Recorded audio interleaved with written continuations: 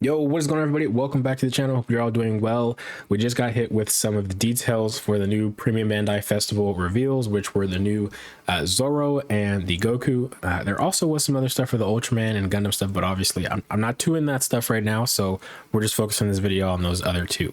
As you know, we did get other figures recently revealed and dropped for pre-orders, such as Marco from Marineford, Armored All Might from, I guess you could say, My Heroes Season 7, but technically Season 7 and 8, if I will get that right. And then we have the new Kind-Hearted Saiyan Son Goku and the Dangerous Pride Super Saiyan Vegeta, as well as Shigaraki. So without further ado, let's just jump into the new one. Super Saiyan Son Goku Warrior of Rage. He's going to be 8,800 yen, which right now, if you just were to convert that, it's going to be about 60 bucks. It's like 58, I think, on Google, but it's about 60 bucks. And he is Premium Bandai, as they mentioned before, showcasing on the little cue card. And he does release July of 2026. Zoro here is 11,000 yen, which if converting that, it should be about like 73 bucks, somewhere around there. He is Premium Bandai, and pre-orders go up as well on October 10th. They both do. And July is his release date. Now, I'm going to go over Goku first, because I think I have a lot more to say about Goku and just the pricing and stuff like that. So he is $65, which is not a totally big increase from the actual Japan price. But, you know, a lot of people probably were expecting him to be way more. Now, for what he comes with, $65 can be questionable to a degree. While I understand those concerns, I also kind of am teeter-tottering, because the way that they present this figure is that there are definitely changes and just a new, I don't want to say new structure, but a lot of new engineering thrown into this figure, which plays a part into, I think, a lot of the pricing and stuff. I want to say that there's been like recent, not news, but a breakdown of SAIYAN's pricing, if you will. And, you know, a lot of that has to do with research, development, materials used, time taken, all that. You know, there's a lot of factors, right? And we've also had talks with, you know, Tamashii Nation's reps across different platforms, and they've said different things, you know, mentioning like, yes, like let's talk about Bleach Line just as an example, putting out that Ichigo Kurosaki figure that had an actual effect piece in it for once, right? Like they're testing the waters to see if people would actually buy that. That makes sense for lines like that, where they just don't know if people have the interest or, you know, really care about those lines enough to want to pay that much for extra stuff. When it comes to the Dragon Ball line, oh, best believe a Goku like this is going to sell like freaking hotcakes. Like, there is just no doubt in my mind that people who have been waiting for this Goku specifically would not buy it. Like, they for sure will buy it when they see it on the shelves. So if this had been another budget figure, my God, people would absolutely buy it. But, you know, for example, I'll throw this in here. SAIYAN, if you haven't, you know, seen him before, he's been featured on the channel. We've done, you know, podcasts together. He's also been featured on, you know, Bombastic Plastic AF's channel. And he brought a good point. Like, this Goku is in a way a chase figure, right? Like, it represents in a way a lot of different appearances for this, I don't want to say form, but this appearance, this clothing style of Goku, right? With the undershirt, torn up clothes, etc.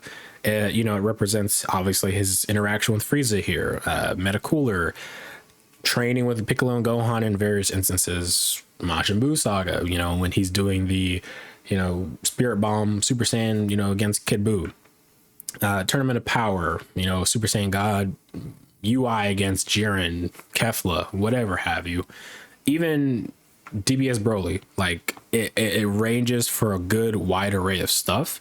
On top of that, I mean, let's not even get into like the manga content for Dragon Ball Super. Like, if I just brought it up, Merge Zamasu versus Super Saiyan Blue Goku when he's doing the Hakai, right? Like, it works. And most definitely this Goku figure will work for a lot of stuff. So there is some value there in that.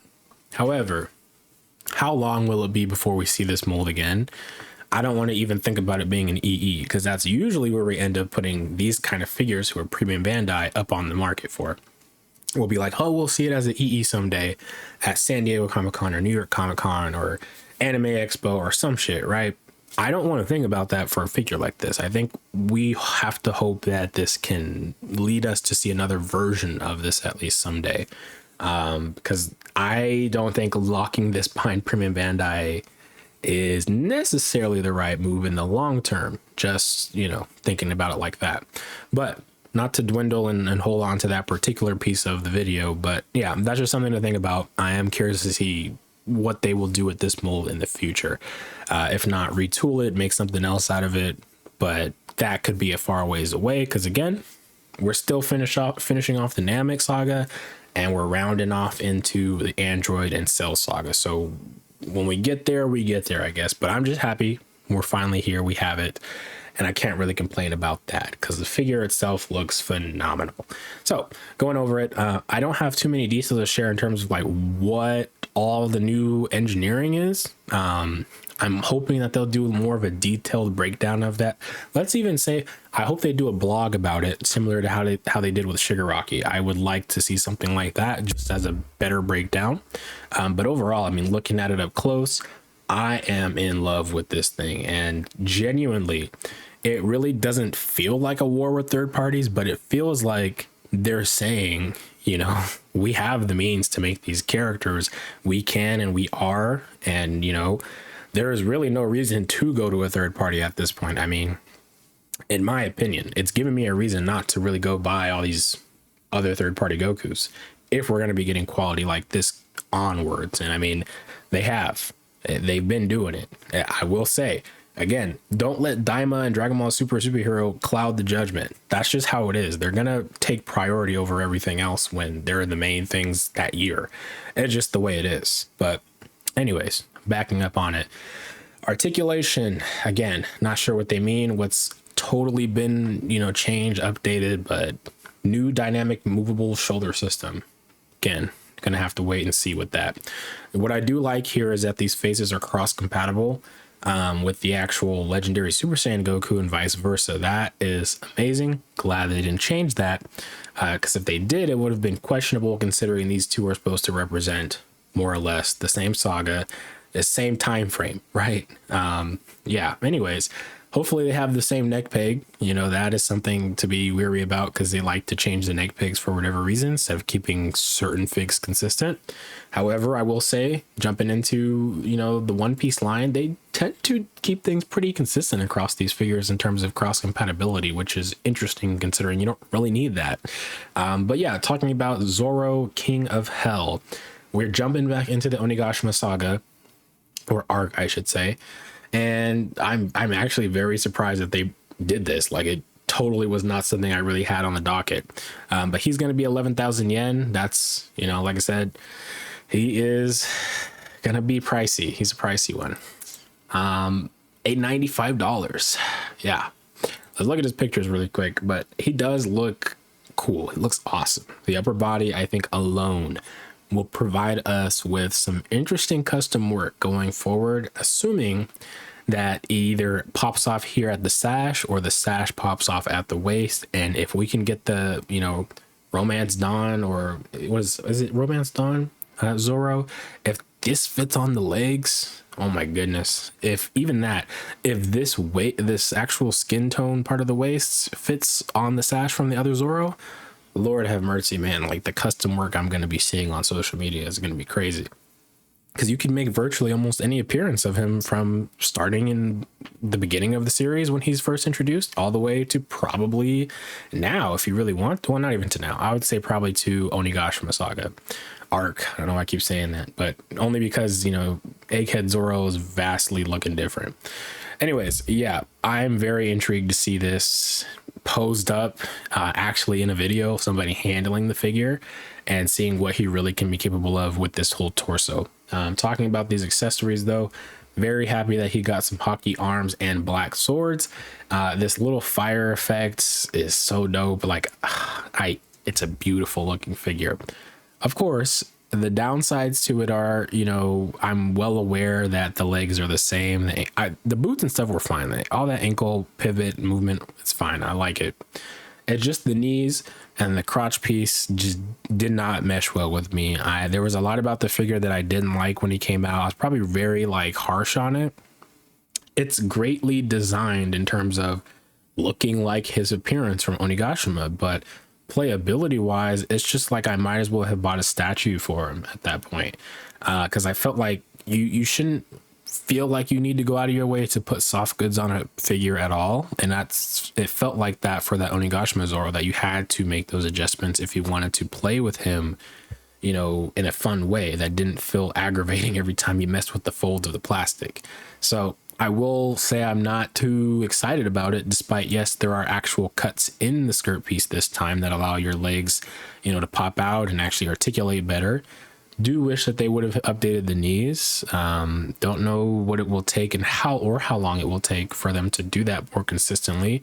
We are seeing them make slow changes based off of feedback, you know, like the more Marineford Luffy, for example. He's got an actual thigh swivel, and I think that's amazing that they're making them changes.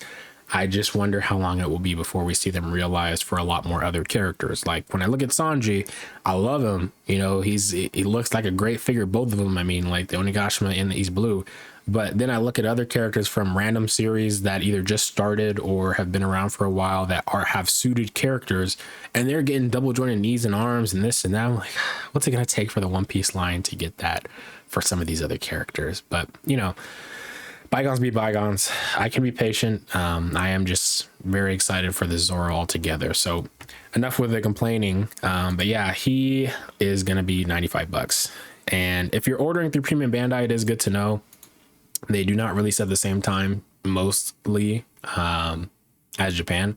Now they do have the July 2026 on here for Premium Bandai US, and it's July on Japan release date. So it's possible that he has worldwide same time delivery, if that's accurate, and if it's not, then I would expect it a month later.